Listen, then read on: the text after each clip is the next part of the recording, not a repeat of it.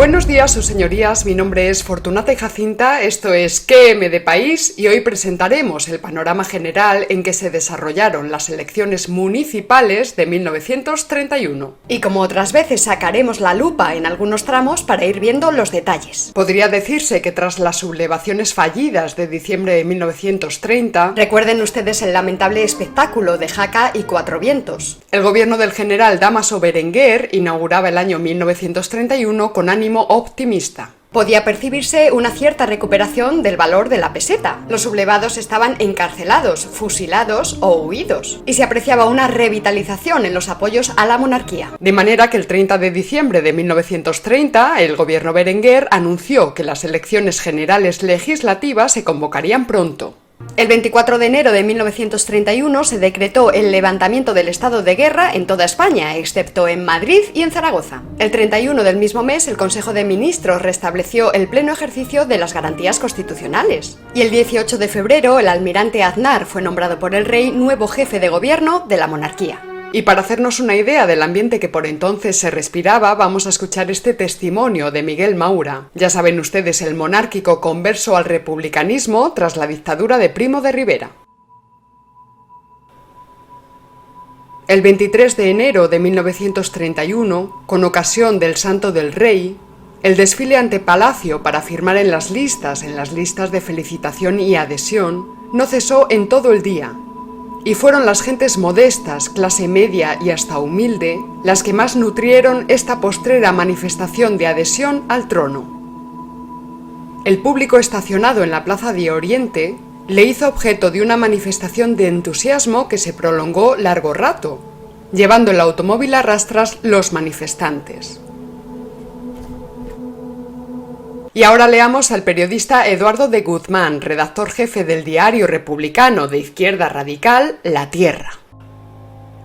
Nadie que piense con lógica puede esperar al comenzar 1931 un rápido hundimiento de la monarquía. No lo esperaban ni siquiera los dirigentes republicanos, que en la cárcel, la clandestinidad o el exilio no habían conseguido reponerse del golpe sufrido con tan escasa trascendencia y limitadas repercusiones. Se refiere, por supuesto, a los sucesos de Jaca y Cuatro Vientos. El programa de la monarquía consistía en convocar elecciones municipales entre el 5 y el 12 de abril de 1931, para que 2 semanas después se eligiesen las cámaras provinciales, y en mayo unas nuevas Cortes Generales para el Parlamento Nacional. Este era el plan. Por lo tanto, se trataba de unas elecciones municipales en las que había que elegir 81.099 concejales para todos los ayuntamientos de España, que eran 8.943. Y luego estos concejales elegirían a los alcaldes. La noticia de la convocatoria a elecciones fue bien recibida, incluso por una parte importante de la prensa extranjera. Por ejemplo, en Londres, The Whitehall Gazette. Hoy casi me sale en francés, Gazette. O también Ortega y Gasset. ¡Ay, Gasset! ¡Ay, Gasset! ¡Uy, hija, qué tontorrona estás hoy, Empezamos bien. Bueno, el caso es que este periódico londinense daba por hecho el triunfo de las candidaturas monárquicas. Y lo interpretaba como una gran victoria para toda Europa, ya que el establecimiento de la República en España habría de constituir un grave peligro bolchevique para la civilización europea. Era previsible que el levantamiento de la censura impulsaría la actividad en el frente antimonárquico, y es en este periodo cuando empiezan a exaltarse los sucesos de Jaca y Cuatro Vientos, presentando a sus protagonistas como héroes y mártires. La recua de intelectuales oportunistas, ya saben ustedes, nuestros favoritos. Entonces, ingenua e imprudentemente embelesados por su utopía republicana, aprovechó el momento para predicar su evangelio antimonárquico, y el periódico madrileño El Sol publicó el 10 de febrero de 1931 el famoso Manifiesto de la Agrupación al Servicio de la República,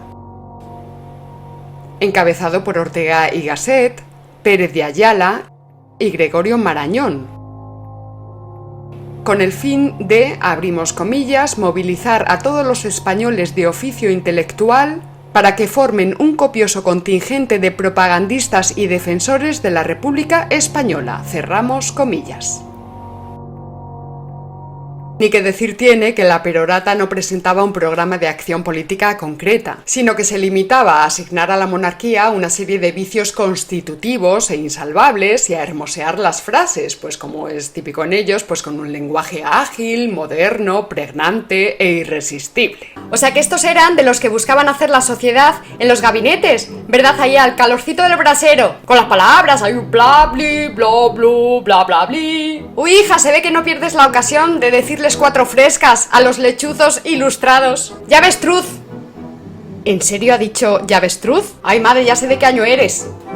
Para ampliar un poco más el ambiente que se respiraba en estos meses previos a la caída de la monarquía, echémosle ahora un vistazo a este interesantísimo documento publicado en marzo de 1931. Primero lo leeremos y luego les desvelaré quién lo firma, así apreciaremos mejor las distintas nebulosas ideológicas que por entonces andaban operativas. La primera gran angustia que se apodera de todo español que adviene a la responsabilidad pública es la de advertir cómo España, el Estado y el pueblo español, vive desde hace casi 3 siglos en perpetua fuga de sí misma.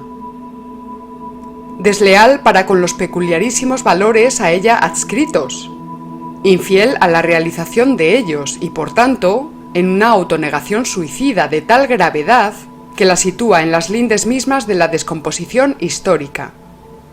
Hemos perdido así el pulso universal. Pues bien, la cita la firma un aventajado discípulo de Ortega y Gasset, buen conocedor de Heidegger y colaborador desde muy joven en la Gaceta Literaria y en la Revista de Occidente.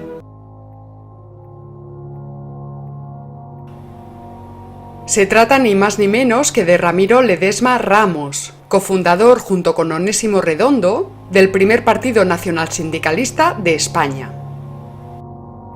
Las JONS, Juntas Ofensivas Nacionalsindicalistas. En un artículo publicado en el semanario La Conquista del Estado el 11 de abril de 1931, es decir, en la víspera de las elecciones que darían paso a la República, Ramiro Ledesma escribía con tan solo 26 años lo que sigue. Asistimos sonrientes a la inútil pugna electoral. Queremos cosas muy distintas a esas que se ventilan en las urnas. Farsa de señoritos monárquicos y republicanos. Contra cualquiera de los bandos que triunfe, lucharemos. Hoy nos persigue la monarquía con detenciones y denuncias. Mañana nos perseguirá igual el imbécil Estado republicano que se prepara. Nosotros velaremos por las fidelidades hispánicas, porque en la inútil pelea no surjan ni especulen los traidores a la patria. La organización de la conquista del Estado prosigue y proseguirá su lucha en pro de un Estado hispánico de novedad radical. Nuestros fines son fines imperiales y de justicia social. Españoles, afiliaos a nuestras células de combate. Y ahora les propongo el reto de tratar de adivinar qué famoso político se expresaba en estos términos el 10 de abril de 1931, es decir, 2 días antes de las elecciones. Las juventudes españolas se hallan asqueadas, no de la política, que en España aún no se practicó en toda su pureza, sino de los políticos que nos gobernaron, profesionales de la inmoralidad, que hicieron del poder granjería y conculcaron una legalidad establecida por ellos mismos. Deseamos honradez, pulcritud, moralidad en la dirección del país. Esas cualidades no podemos encontrarlas en la monarquía. Reflexiónenlo los que voten, porque el día de mañana votaremos nosotros y exigiremos responsabilidades a esas generaciones que no han tenido arranque para restablecer el honor y la libertad. Y las señalaremos con desprecio si en esta hora trágica, al jugarse nuestro destino, no saben ponerse a la altura de las circunstancias votando la candidatura republicano-socialista. Quizás los más avezados se han dado cuenta de que se trataba de Santiago Carrillo, que con tan solo 16 años publicaba este artículo titulado Los que no podemos votar, porque claro, con 16 años no podían votar, porque me parece que el límite, si no recuerdo mal, estaba en 23 primaveras. El artículo, como decíamos, fue publicado el 10 de abril de 1931 en el periódico de la Juventud Socialista Renovación, órgano de la Federación de Juventudes Socialistas de España. Recordemos ahora que Santiago Carrillo había sido militante desde el principio en la rama revolucionaria del Partido Socialista, con largo caballero, y que no se afiliará al Partido Comunista de España hasta 1936. Pero sigamos, a pesar de los enérgicos testimonios que acabamos de leer, lo cierto es que antes de las elecciones municipales de 1931 prácticamente todo el mundo estaba de acuerdo en el resultado, tanto monárquicos como republicanos. Y tan seguros estaban los monárquicos de que los resultados favorecerían a sus candidaturas que se durmieron en los laureles. Y desatendieron la campaña electoral, hasta el punto de que en Madrid había 10 carteles republicanos por cada cartel monárquico. El gobierno no hizo campaña partidista ni defendió al régimen vigente, ni explicó a la opinión pública que las elecciones municipales no tenían carácter plebiscitario, es decir, que no se trataba de elegir entre monarquía o república. Se dio el caso incluso de que algunos monárquicos no acudieron el domingo 12 de abril a los colegios electorales y a lo mejor se fueron de campo. Y hay incluso testimonios de algunos monárquicos que votaron candidaturas republicanas en sus distritos. ¡Oye! Recordemos que a los comicios se presentaban un total de 81.099 escaños de concejales. Con el 22% escrutado, y este dato es importante porque es la cifra que se conocía en el momento en que se produjo el cambio de régimen, las candidaturas monárquicas obtenían 22.150 concejales, mientras que las republicanas 5.775, bueno, republicanas o antimonárquicas en general. Vamos a ponerlo aquí para que quede bien claro.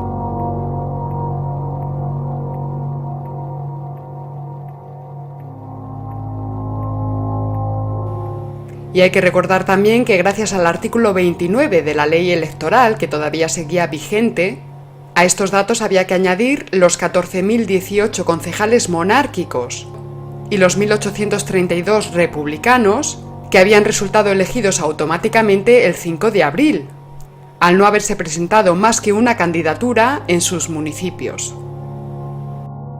Como todos sabemos, aunque las candidaturas republicanas eran numéricamente inferiores, bastante inferiores, lo cierto es que alcanzaron un amplio apoyo en las capitales de provincia y que este sería precisamente el detalle que haría saltar todo por los aires. Pero para que todo saltara por los aires todavía faltaban unas horas y hay que recordar que en esos primeros momentos, tanto monárquicos como republicanos coincidían en el diagnóstico. La república ganaba en las ciudades, pero la monarquía ganaba las elecciones con una mayoría absoluta de concejales. Estas eran las cifras aproximadas que se conocían la noche del 12 al 13 de abril, momento en el que tiene lugar este suceso que narra Miguel Maura. Parece ser que a la vista de los resultados ni Fernando de los Ríos ni Largo Caballero veían claro el cambio de régimen y Fernando de los Ríos declaró: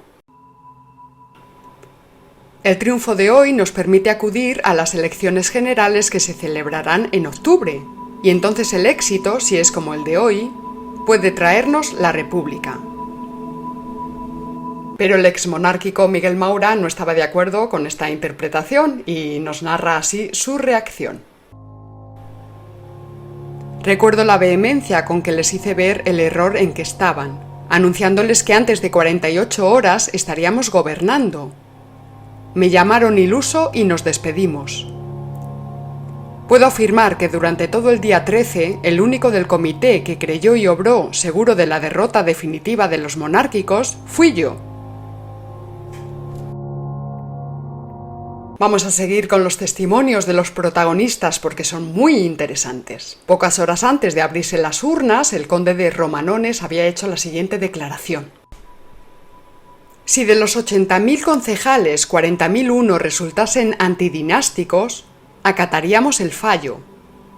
Pero el cómputo ha de hacerse por el número de concejales, pues no se pueden hacer distinciones entre los concejales del campo y los de las ciudades, ni clasificarse los electores en de primera, segunda o tercera categoría.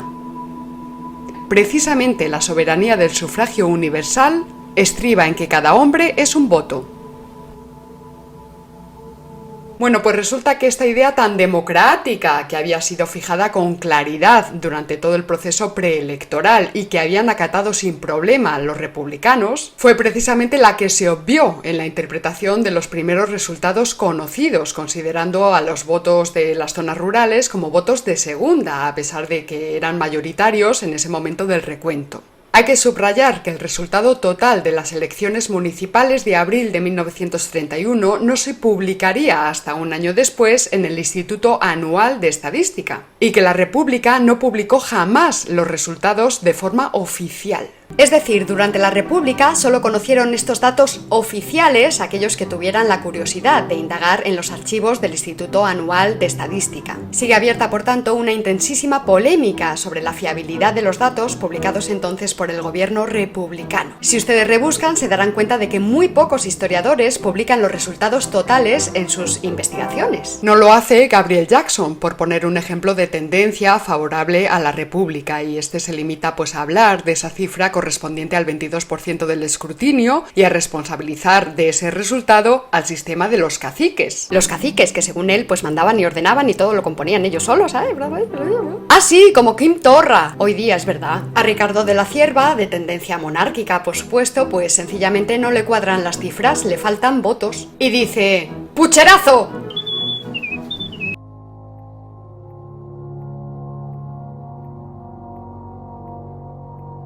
El historiador Shlomo Ben-Ami, no sé si lo pronuncio correctamente, intentó reconstruir los resultados reales recurriendo a los telegramas que los gobernadores civiles enviaron al Ministerio de la Gobernación con los datos de cada provincia. Javier Tussell también investigó a fondo los resultados de estas elecciones municipales y extrajo unos resultados muy parecidos, pero no exactos, a los que publica la Wikipedia. De hecho, si ustedes se asoman a la Wikipedia, observarán que el apartado Resultados globales tiene una llamada a nota a pie de página que remite a la fuente de la que se han extraído los datos. Dicha fuente es la página web publicada en español y en catalán, historiaelectoral.com, de un autor particular. Como ven aquí, un tal Carles Lozano, con una cuenta Hotmail de correo electrónico. Pueden ustedes observar que la gráfica visual es más bien amateur y que no aparece ninguna referencia a las fuentes de las que se extrae la información. Juan de la Cierva, inventor del autogiro y monárquico leal a Alfonso XIII hasta el último momento, declarará: «Yo nunca pude pensar que se les diese a las elecciones carácter de plebiscito. Y aún así era seguro el triunfo numérico general. Confieso por ello que aun preocupándome el resultado, nunca creí que pudiera tener verdadera trascendencia política». Ahora bien, ¿de dónde surgió la idea de que solo importaban los votos de las ciudades y que las elecciones tenían carácter plebiscitario? Pues verán sus señorías, aunque todo esto suene un poco a chufla, resulta que los lumbreras fueron los propios monárquicos, ni más ni menos. El desmoralizado duque de Maura, que interpretó los resultados como una declaración anti-alfonsina en toda regla. El general Sanjurjo, del que ahora hablaremos, y la figura más influyente del gabinete del gobierno monárquico y a la sazón ministro de Asuntos Exteriores, el incontenible conde de Romanones, quien el día 11 había declarado a la prensa: «Lo que se ventila el domingo es el porvenir de España y la forma de gobierno». Poco tiempo después, el conde añadiría: ¿qué iban a pesar los 8.000 ayuntamientos menores de 10.000 habitantes ante el resultado de todas las capitales de provincia? Se habían convocado las elecciones para conocer el estado de opinión y con eso bastaba. Recuerden que pocas horas antes este mismo señor había declarado que no se podía hacer distinciones entre los votantes de las zonas rurales y los votantes de las ciudades. Y al terminar la noche de los comicios dijo que estos habían sido una derrota monárquica absoluta, así, con todas las letras. Así fue en las capitales de provincia, pero no así en el entorno rural, donde los monárquicos arrasaron. Como respuesta a esta interpretación arbitraria y suicida de los resultados electorales, el Marqués de Hoyos diría más tarde: la que en realidad quedó derrotada fue la doctrina democrática. Triunfó el derecho restringido y la fuerza contra el sufragio universal y el derecho. Hasta la mañana del día 13, los líderes republicanos socialistas no interpretaron los resultados de las elecciones como un plebiscito a favor de la República. Bueno, no lo hicieron a excepción de Miguel Maura, como ya hemos visto. Pero en la tarde del día 12, el general Dámaso Berenguer, en ese momento ministro de la Guerra, envió un telegrama a los capitanes generales. Telegrama que sugería que quizás el ejército reconocía la victoria de la República. El cuerpo de telégrafos dominado por los republicanos descifró la misiva y la transmitieron a los líderes de la coalición republicano-socialista y también a las redacciones de los periódicos. Es importante señalar que solo cuando la cosa fue voz populi, el general Berenguer informó al Consejo de Ministros de la acción que había tomado por su cuenta. Por si esto fuera poco, en la madrugada del 13 de abril, el general José Sanjurjo, responsable militar de la Guardia Civil, declaró que no ofrecería resistencia ante una posible sublevación republicana. A la mañana siguiente se reunieron en la casa del doctor Gregorio Marañón, el conde de Romanones, que iba en representación de Su Majestad Alfonso XIII, y Alcalá Zamora, el cual ordenó a Romanones que se asegurase de que el rey abandonaba Madrid antes de la puesta de sol. A la mañana siguiente, el conde de Romanones comunica al rey su famoso sueño sobre el asesinato de la familia imperial rusa e insiste junto con el duque de Maura para que el rey abandone España inmediatamente. A las 5:30 de esa misma tarde se convoca de forma urgente un consejo especial de ministros. Es entonces a la puerta de ese consejo de ministros cuando el almirante Aznar, en ese momento jefe de gobierno en funciones, pues suelta a los periodistas la famosa frase: ¿crisis? ¿Qué más crisis quieren ustedes que la de un país que se acuesta monárquico y se levanta republicano? Justo en ese momento, porque todo esto es muy divertido, el Comité Revolucionario, que está reunido en la casa de Alcalá Zamora, pues hace la siguiente declaración: la votación de las capitales españolas y principales núcleos urbanos ha tenido el valor de un plebiscito, desfavorable a la monarquía y favorable a la república, y ha alcanzado a su vez las dimensiones de un veredicto de culpabilidad contra el titular supremo del poder. A todos es forzoso someterse a la voluntad nacional, que en vano pretenderá desfigurarse con el silencio o el voto rural de los feudos. El día 12 de abril ha quedado legalmente registrada la voz de la España viva. La voz de la España viva, dice. Claro. Toma castaña. Chúpale el frasco, Carrasco. Chúpate esa boquita de fresa. Toma, Jeroma, pastillas de goma.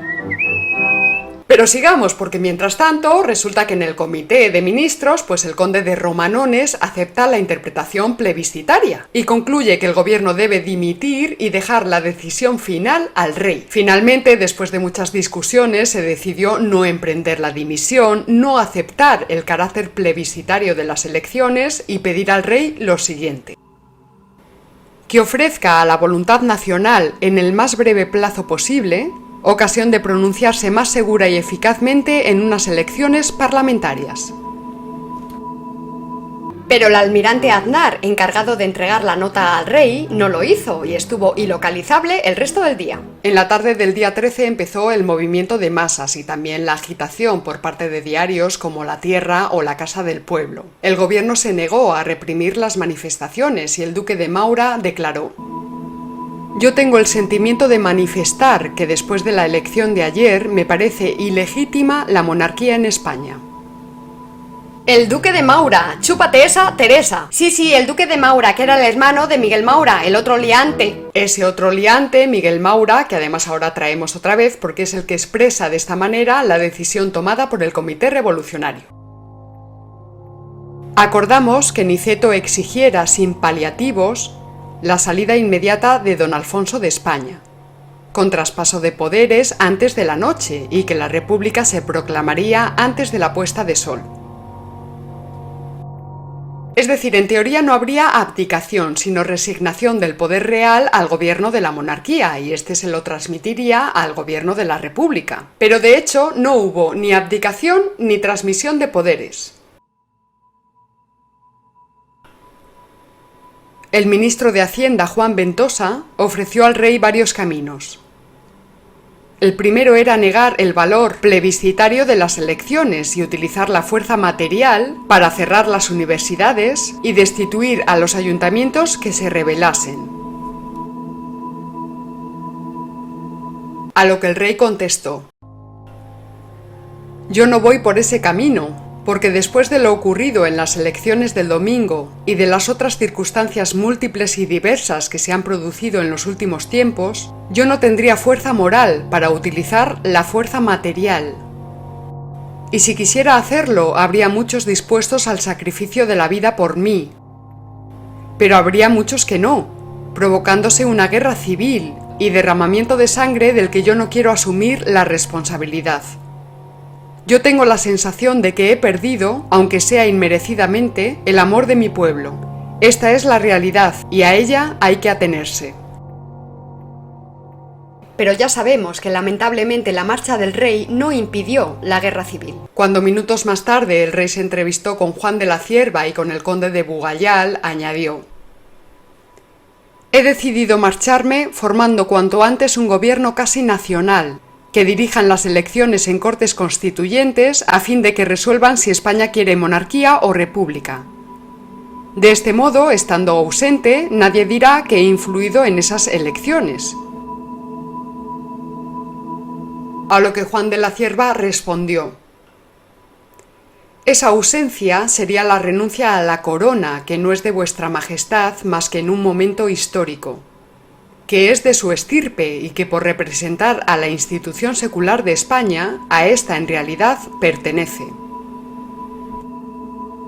No es de extrañar, por tanto, que al amanecer del día 14 el Comité Revolucionario esté ya absolutamente seguro de su victoria moral. Los concejales republicanos de la ciudad guipuzcoana de Éibar izaron la bandera republicana y pocas horas más tarde se haría lo mismo en el Palacio de Comunicaciones de Madrid. Mientras tanto, multitud de personas se iban congregando en torno a la Cibeles y a la Puerta del Sol, sin reacción por parte de la Guardia Civil. Los miembros del Comité Revolucionario fueron saliendo poco a poco de sus escondrijos y se dirigieron al Ministerio de la Gobernación, vitoreados por las masas que colmaban las calles de Madrid. No hubo transmisión oficial de poderes, llegaron al edificio, pidieron el paso en nombre del Gobierno de la República y ocuparon sin ningún tipo de resistencia los sillones de los despachos. La nota esperpéntica, sin embargo, tuvo lugar en el Ayuntamiento de Barcelona, donde en primer lugar Companys proclamó la República Española. Atención.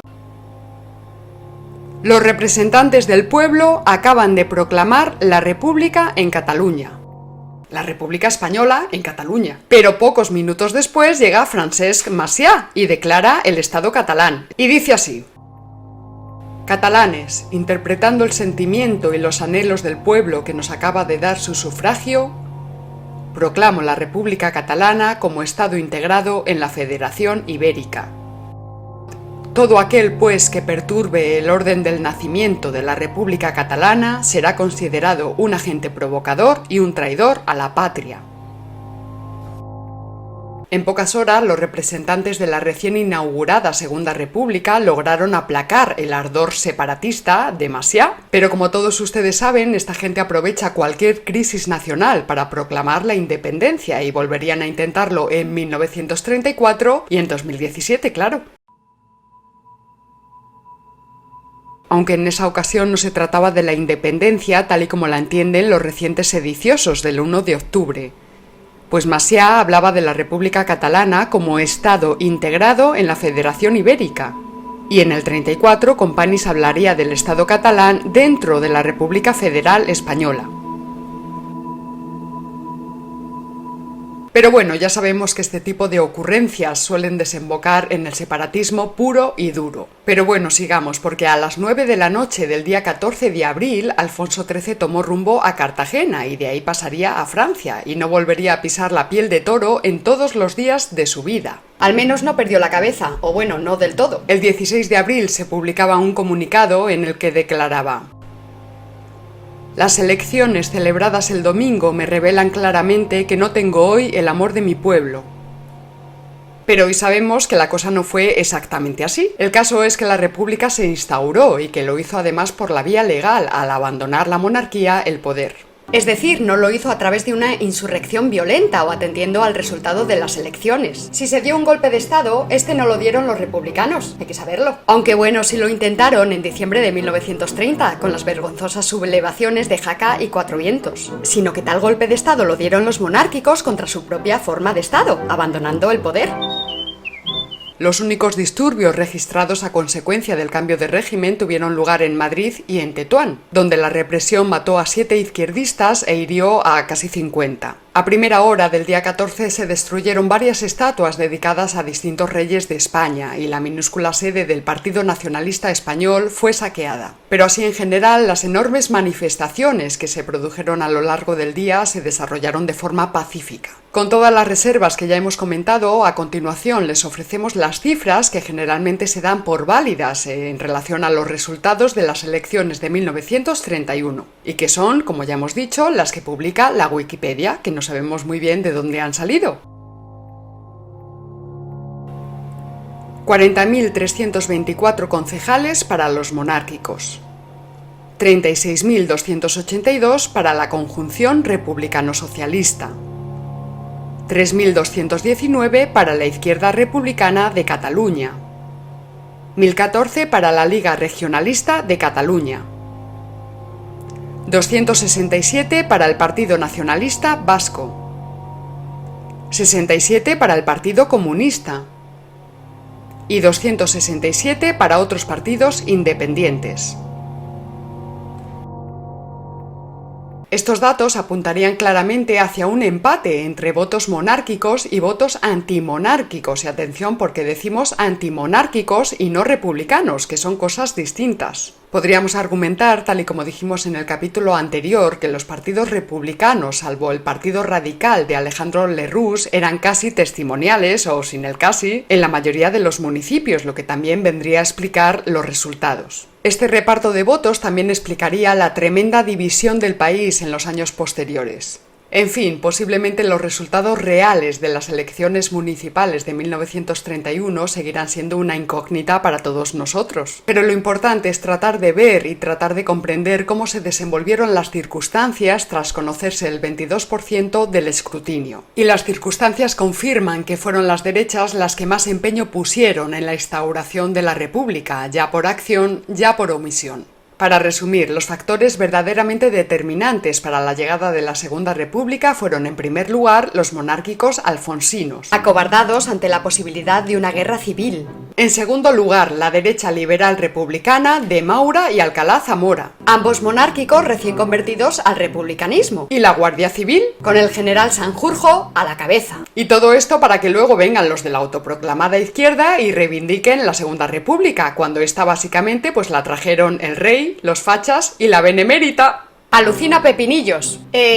Alucina vecina. Si es que hay que ver, parece menterio. Parece menterio. A la cola pesicola. A la cola pesicola. No te enrolles, Charles Boyer. Cómo mola la gramola. ¡Hala ya! ¡A hueca, muñeca! ¡Me piro, vampiro! Y hasta aquí este capítulo de Fortunata y Jacinta. En el próximo trataremos de averiguar qué rayos pasó a lo largo de 1931 para que Ortega y Gasset acabara el año diciendo ¡no es esto, no es esto! Agradecemos su apoyo a todos nuestros mecenas y no olviden darle a la campanita. Nos vemos en el próximo capítulo y recuerda, si no conoces al enemigo ni a ti mismo, perderás cada batalla. ¡Hasta luego!